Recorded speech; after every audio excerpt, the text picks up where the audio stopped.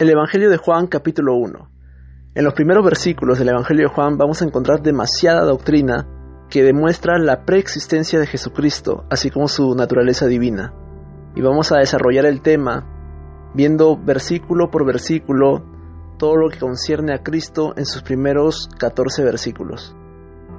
En el verso 1 dice: en el principio era el Verbo, y el Verbo era con Dios, y el Verbo era Dios.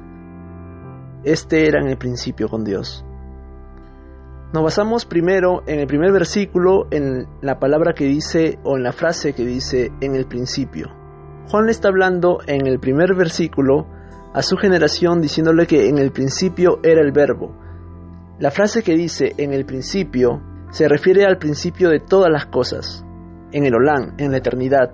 Antes que Dios crease todo, ya existía el Verbo. Y es la misma manera en cómo empieza la Biblia en Génesis 1:1. En el principio hizo Dios los cielos y la tierra. En el principio, que es así como se dice en español, en el griego se dice enargé y en hebreo bereshit. Y estas palabras son las mismas que denotan el principio de todas las cosas antes de que el tiempo fuese tiempo. Y dice que en ese momento ya existía el Verbo. Antes que el tiempo existiese, ya estaba el Verbo. Y ahora vamos a ver qué es lo que significa el Verbo. El verbo que está hablando allí en el griego es la palabra logos, que se puede traducir también como la palabra. Pero ¿por qué motivo Juan en el siglo I llama a Jesucristo el Verbo o la palabra? ¿Cuál era la necesidad de llamarle de esa manera? Entrando en el contexto cultural de la época de Juan, la gente en aquel tiempo entendía en cierta manera de que la creación tenía un diseñador, que había un creador, pero que este creador no necesariamente era Dios, hablando de los filósofos y hablando de gente incluso atea. Y estas personas llamaban a esta energía creativa la palabra, el logos, y no una palabra como nosotros la entendemos en el español, como una palabra que tú ves escrita en algún lugar, sino que el logos implica una palabra que tiene una energía creativa, una palabra que denota una acción. Es por eso que en la versión Reina Valera de la Biblia le pone el verbo, que es una palabra con acción. Sin embargo, la palabra logos se puede traducir tranquilamente como la palabra. Y en el verso 1 vemos a Juan explicando y exponiendo al verbo, pero poniendo al verbo en la condición de Dios. Y el verbo era con Dios y el verbo era Dios. Está explicando no solamente a los judíos algo que ellos ya entendían, sino que iba su mensaje a los gentiles. Que los gentiles en ese tiempo, que comprendían que había un logos creativo, pero que ellos no llamaban Dios, Juan decía, este verbo era con Dios y este verbo era Dios. Este logos, este poder creativo era Dios.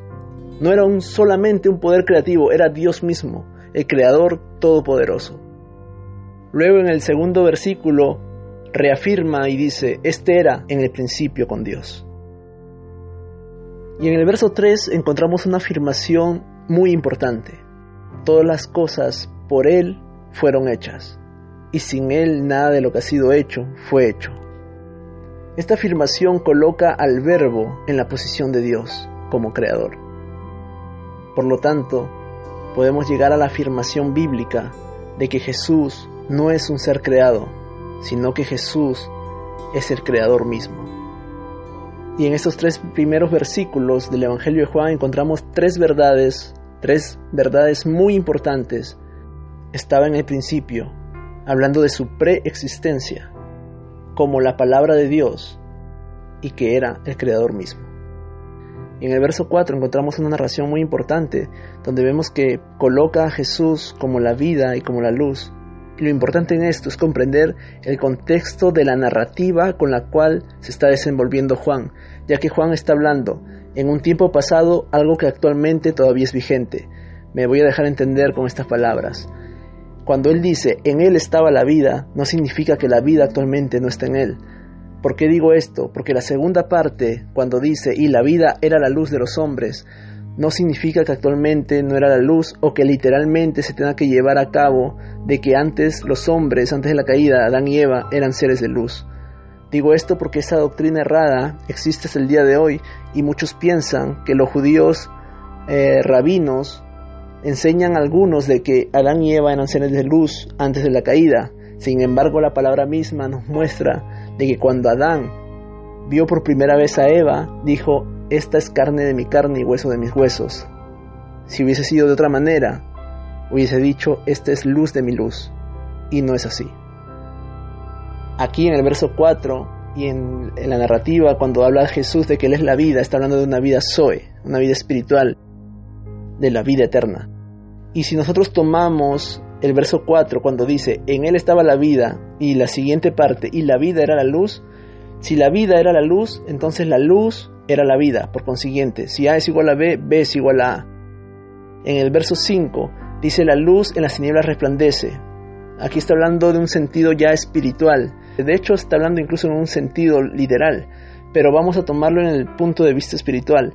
La luz o la vida resplandece en las tinieblas, en la muerte espiritual, y dice: y las tinieblas no prevalecieron contra ella, refiriéndose a la resurrección de Cristo, y que cuando Cristo llega a la vida de alguien, lo traslada de las tinieblas a su luz admirable.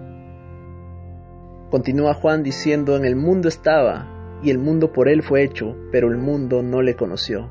Y aquí hay algo muy interesante en el verso 10, ya que Juan describe al verbo diciendo que en el mundo estaba, hablando de su preexistencia.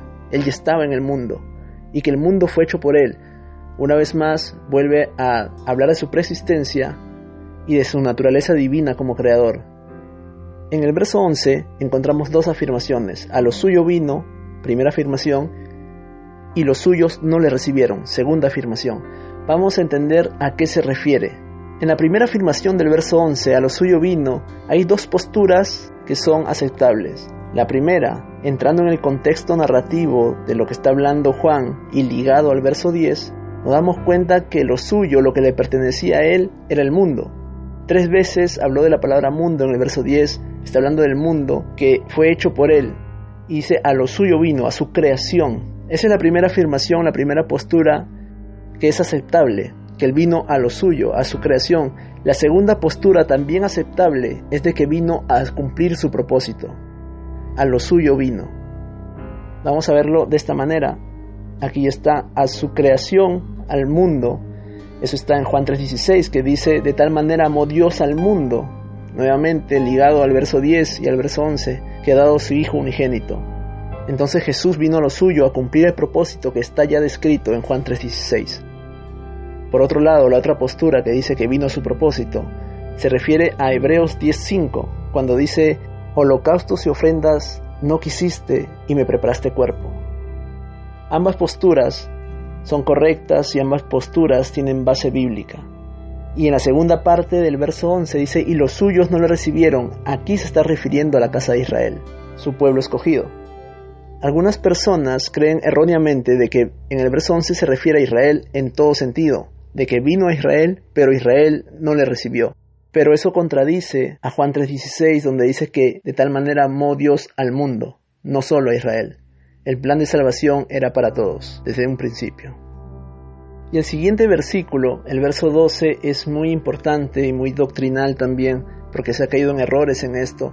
Y en el verso 12 dice: mas a todos los que le recibieron, a los que creen en su nombre, les dio potestad de ser hechos hijos de Dios. Solo Dios nos da la potestad de ser sus hijos. Todos los hijos de Dios son hechos por Dios mismo. No hay ningún hijo de Dios que diga: yo me hice hijo de Dios.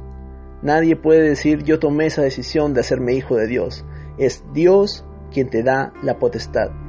Dice: a los que le recibieron, a todos los que le recibieron, a los que creen en su nombre, les dio potestad de ser hechos hijos de Dios. En el verso 13 continúa diciendo: los cuales no son engendrados de sangre, ni de voluntad de carne, ni de voluntad de varón, sino de Dios.